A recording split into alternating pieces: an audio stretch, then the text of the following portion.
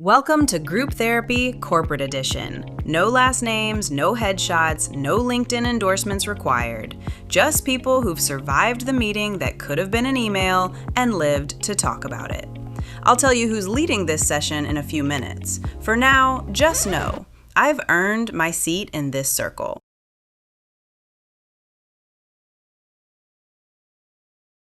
I want to tell you today about a calendar invite. There I was, working at my home office, and I noticed a meeting on my calendar that wasn't there before. 5 minutes notice, the title of which was Quick Sync, with my skip level manager. No agenda, just a meeting title and a Teams link. Now, if you spent any real time inside corporate America, you already know everything you need to know about that meeting from those 3 details alone. No agenda, 5 minutes, someone already in the room when you get there. Hell, over the years, I had to be the manager on those meetings, so I knew. I logged in from my home office. HR was already there. My manager was not there. He was on vacation, a whole story for a whole nother day. But my skip level manager was, which is its own kind of information. My heart began to hammer in my chest because how could this be happening to me? I want to be clear. I was not surprised. I want to be equally clear that knowing something is coming and watching it arrive anyway are 2 very different experiences. I sat there professionally in my home office with my coffee, and I received the news that after nearly 12 years at this company, my position was being eliminated. I was one of the highest performers within my team. I was the one everybody went to quote unquote, get things done. I had been promoted over and over and over again, so I knew the jobs of those that worked for me intimately because I had done them. I took pride in my work. How could they be doing this to me? I'm sure some of you out there have asked yourselves the same. This layoff was a big one. I was one of at least 100 people across several states that got notice that day. Later, I found out that I was actually call number 1 at my particular site. Take that for what you will. They gave me 5 months notice, which sounds generous until you factor in that 5 months meant continuing to do my full job, attending every meeting, hitting every deadline, and training the person replacing me, and knowing that this person is paid a fraction of what I was paid. It meant that I had to sit on the phone and in meetings telling people what my job was, how to do my job without me. So they didn't really eliminate my job. They just made someone else do it for much less. And since she already had a title and a full-time job, I guess that was legally sound logic. It meant sitting through the all hands about company culture and core values and why this decision was the best decision to make, while watching my colleagues receive shorter notice periods and leave before me, one by one, as leadership stood around genuinely baffled that losing a large number of people all at once was causing problems. The attrition that followed afterwards, also a surprise to them, apparently. I did my 5 months with grace, with professionalism, and with a coffee cup that said things HR would not have approved of. See my podcast cover and you'll see my favorite of these cups. My name, at least as far as I'm willing to share due to the NDAs I had to sign, is Lane Synergy, and this is the Corporate Cup. Welcome.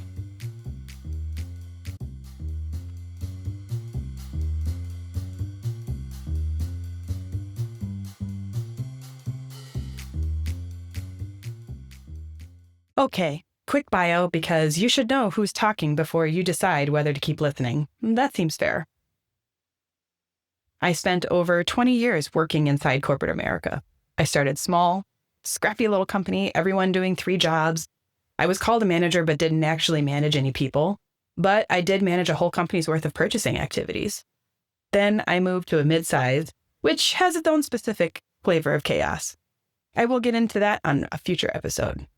Then I landed in full Fortune 500 territory. The real thing. 47 VPs, mandatory fun, mandatory volunteer hours required for metrics, a corporate culture officer who was not actually interested in changing the culture, just managing the optics. I did the work and I did it well. I got the promotions, I won the award, actual trophy awards with bases at ceremonies where people actually clapped for me. I was good at the job. That part was not complicated. What gets complicated is what the job teaches you over time. The stuff that isn't on the onboarding materials, isn't in the performance review framework, isn't in any of the decks about company culture.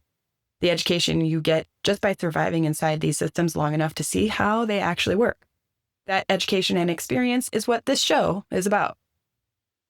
I'm not here to bash corporations. I'm not here to tell you that everyone who works in an office is miserable or that every company is badly run. Some of them are fine.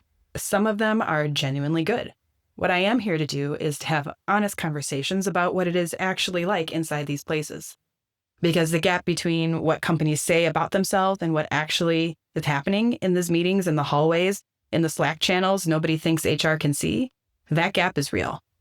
And it is interesting. And it is frequently very funny. If my time on Threads and other socials trying to build this podcast says anything, there are a lot of us out there, and we deserve a chance to be validated and laugh while we're at it. So I spent nearly 20 years collecting data, and now I have a podcast. There is a lot more behind the story, but we'll leave it there for now. HR has not approved this message.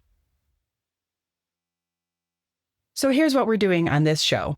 Every episode, I sit down with someone who has been inside corporate America. They could be currently employed, recently escaped, somewhere in between. They bring a cup, a literal cup, something they drink out of, or something that says something worth saying, and we talk about what it's actually like. The guests on the show are anonymous. I'm going to say that again because it is really important. Anonymous. We protect our people here. Corporate NDAs are not a joke. Retaliation is real, and frankly, some of the best stories come from people who are still employed and would like to remain that way. So, no real names, no real company names, no identifying details that could get someone called into a meeting with HR. Which, as we have established, is not a meeting you want to be called into.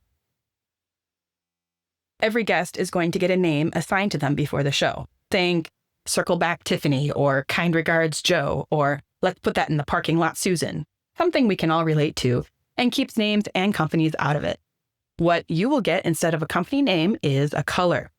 Every company on this show gets a color, and this color tells you what kind of corporate wilderness we're talking about. And I'm explaining the system right now in episode 1 because I will reference it constantly. And when I do, I will tell you to go back to episode 1 if you need a refresher. So, episode 1, listeners, consider this your competitive advantage.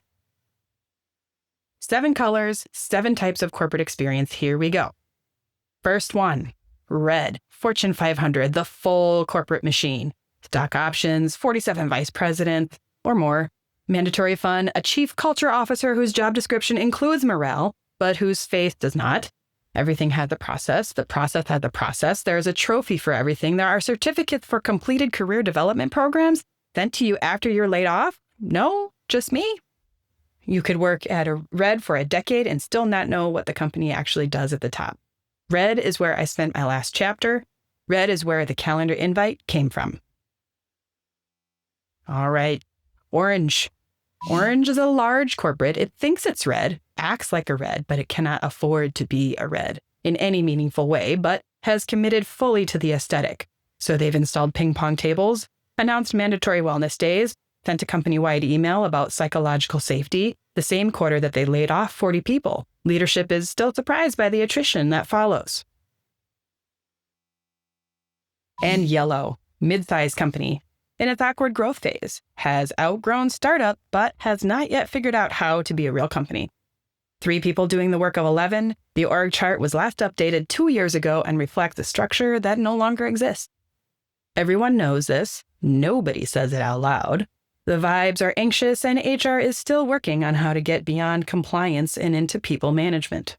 Green. Green is a startup. No HR, no process, no established anything. The CEO sits next to you, which sounds exciting until it isn't.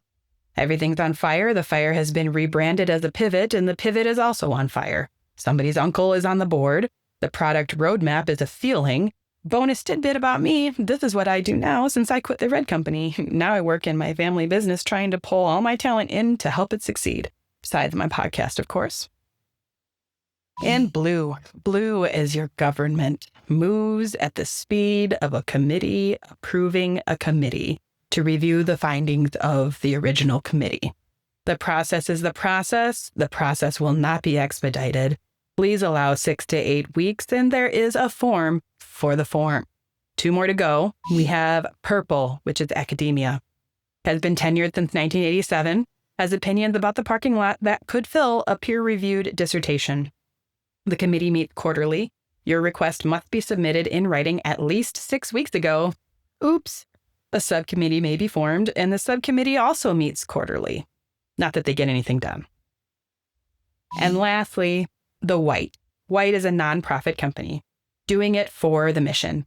The mission is real, and the work matters, and the salary does not reflect either of those things.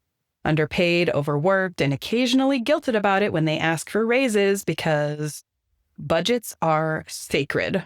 The printer has not worked right since 2019.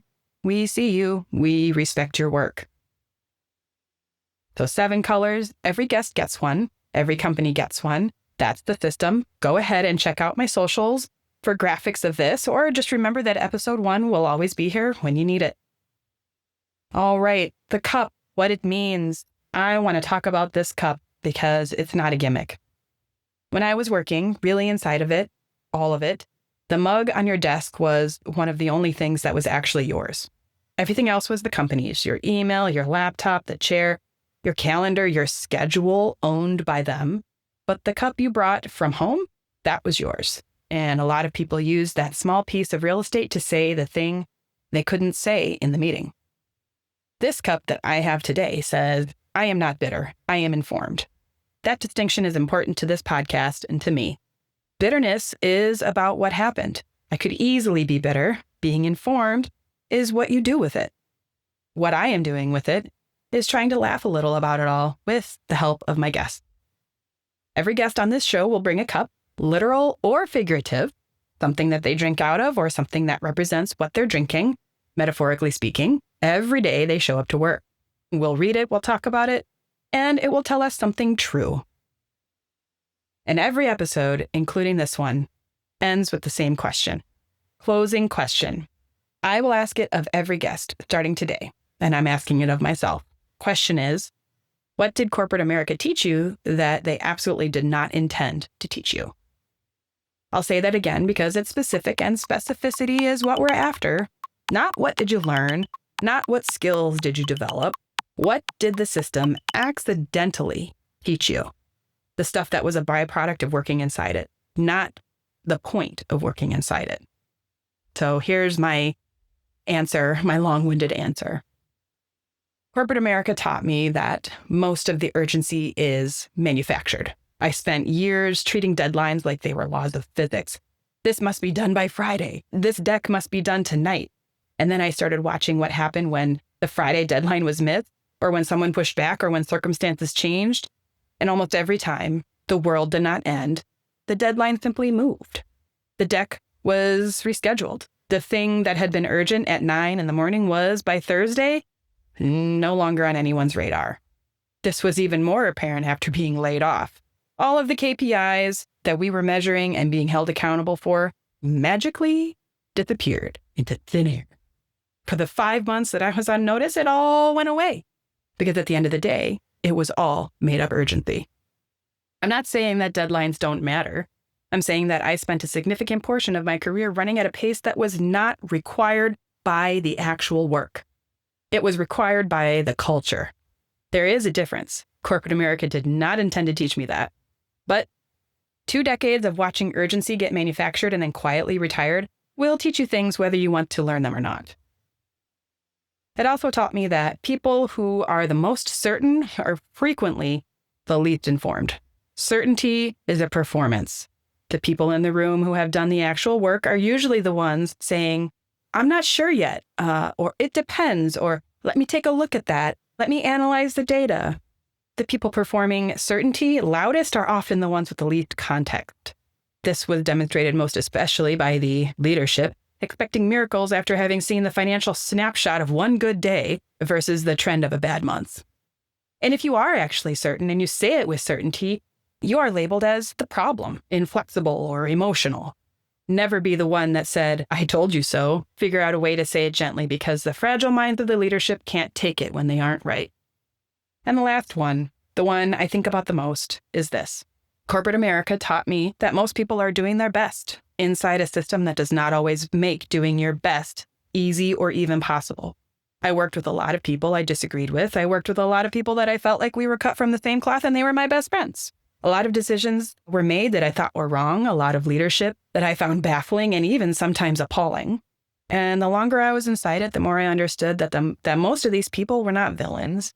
They were people trying to navigate the systems I was navigating with different information and different pressures and different blind spots. That doesn't mean that the decisions were right. It means that the analysis is more complicated than a bad guy story. I learned through my journey, accidentally, that I was never really cut out for that life. So I'm here doing this to heal myself just a little and explore a new journey and a new phase of my life. I'm accidentally becoming who I was supposed to be all along. And that nuance is what I hope this show carries. Not a corporate apologies.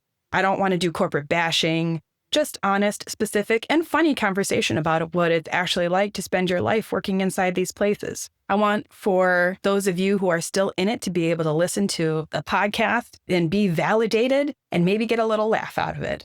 And so that's what corporate America taught me that it didn't intend to. So that's episode 1 of The Corporate Cup. I'm Lane Synergy. HR has not approved this message, and I genuinely hope that never changes. Starting with the next episode, we bring in guests, real people, anonymous names, color-coded companies, and honest cups. If you know someone who has a story worth telling, and trust me, if they've worked inside corporate America for more than 6 months, they have a story worth telling, send them our way. You can find The Corporate Cup wherever you get your podcasts. Follow us on social, links in the show notes, and if something from today's episode landed for you, share it. The algorithm does not work for free, and neither do I. And FYI, my people seem to be on Threads, so reach out to me on Threads first and show us your cup. The Corporate Cup is brought to you by For the People Entertainment, a Milwaukee-based DJ and event company that, unlike most of the people discussed in this episode, actually knows how to read a room. Corporate events, weddings, the Milwaukee bar scene, the works. Now offering podcast studio services and vocal recording too. No synergy required. Find them at ftpmke.com.